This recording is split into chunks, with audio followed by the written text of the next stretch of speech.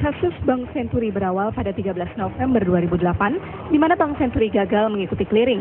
Likuiditasnya terganggu akibat penarikan dana oleh nasabahnya. Hal ini akibat saham Bank Senturi disuspend oleh otoritas bursa saat itu.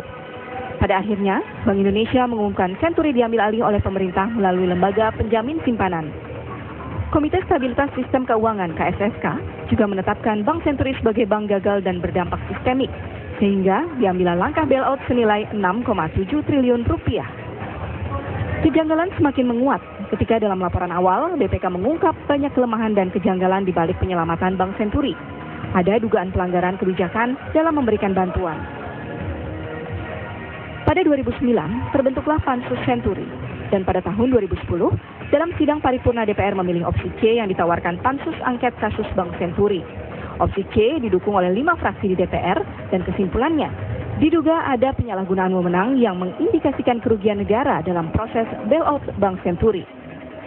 Pansus Senturi juga mengamanatkan untuk pembentukan tim Was Senturi untuk menindaklanjuti rekomendasi dari Pansus Senturi.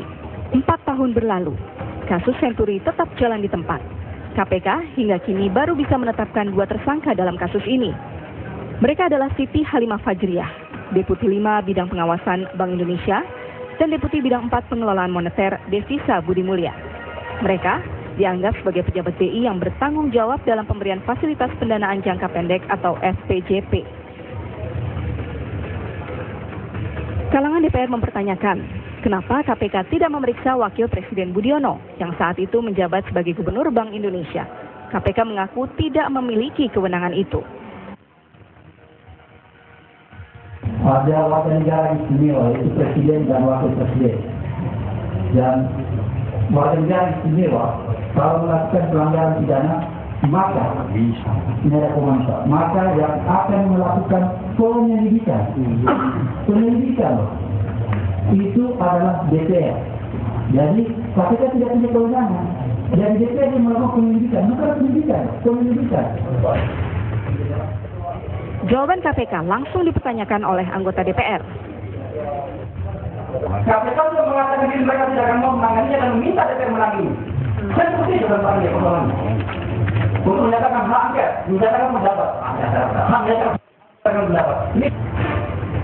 Namun, hanya 1 hari berselang, KPK langsung membantah telah menyatakan tidak mampu memeriksa Wakil Presiden Budiono.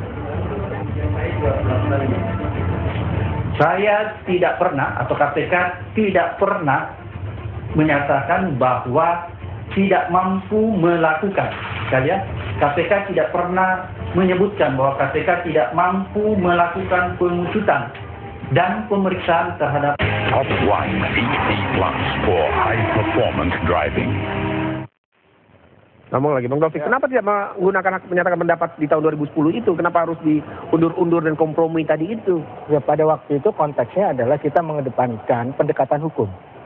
Pendekatan hukum, harapan kita kepada KPK besar ketika itu, yang ternyata terbukti menurut kami saat ini melihat sikap KPK seperti ini justru memperlihatkan sikap KPK yang tidak profesional. Loh, sudah ada 2 tersangka loh itu dari BI-nya, iya. Jutirnya lagi 1. 2 tersangka itu kita apresiasi, tetapi dengan menyikapi bahwa KPK tidak berwenang melakukan penyelidikan terhadap Budiono, ini memberikan gambaran bahwa sejak awal mindset KPK mengecualikan Budiono di dalam pengembangan kasusnya.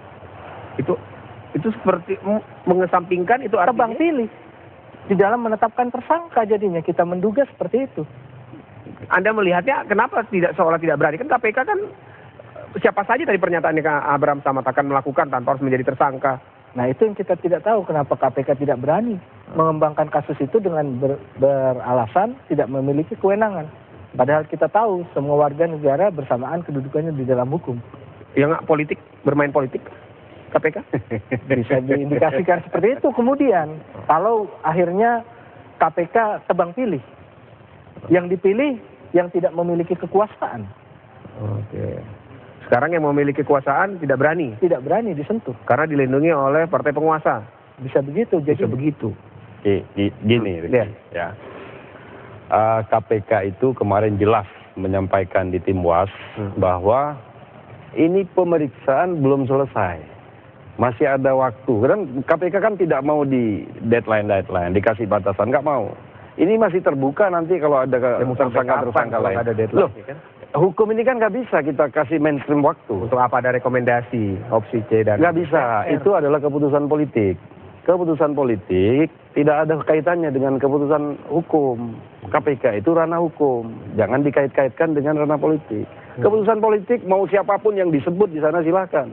Tapi begitu keputusan hukum, fakta yang bicara. Ini yang saya bilang tadi nih, yang di layar kaca ini yang bisa Anda saksikan pemirsa dan juga Bang Hasanul dan Bang Dolfi.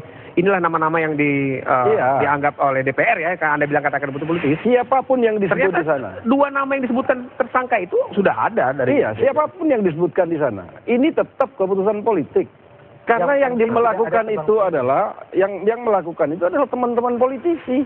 Nah, kalau KPK di ranah hukum, kita nggak bisa membawa hasil keputusan opsi C terus dikasih ke KPK, meminta KPK agar memutuskan sama dengan keputusan. Nggak bisa. Paling tidak menjadi rekomendasi gitu kan. Oh, silakan. jadi Menjadi kemarin, referensi ya. Menjadi referensi Di ya. dalam laporan KPK itu jelas, terang benderang dikatakan adanya peristiwa tindak pidana korupsi yang telah merugikan keuangan negara dalam hal pemberian SPJP dan dalam hal penetapan bank gagal berdampak sistemik. Pemberian SPJP ini itu prosesnya adalah di Dewan Gubernur BI, melibatkan Gubernur BI. Pemberian SPJP tanggal 14 November. Transkrip yang kita dapat di dalam rapat tanggal 13 November sangat jelas. Jadi sudah jelas. Rekayasanya itu sangat jelas. Gubernur BI ikut merekayasa berarti. Ikut di dalam menetapkan pemberian SPJP dan menyetujui perubahan persyaratan pemberian SPJP yang dipermudah untuk Bank Senturi. Ada apa? Itu yang menjadi pertanyaan kan? Itu yang dikatakan kemarin oleh Abraham Samad bahwa terjadi tindak pidana korupsi bersembunyi di balik perubahan PBI. Jadi merampok uang nih ya. Iya. Coba. Jadi Jelas bukan bank gagal sistemik Coba. tapi merampok uang secara sistematis. Cara melihatnya harus dibedakan. Oke, kita lihat cara pandang, cara melihatnya. Gitu kan? Kita lihat cara melihatnya setelah jeda pariwara berikut ya. Biar waktunya banyak buat Anda Bang Hasanul. Sesaat lagi.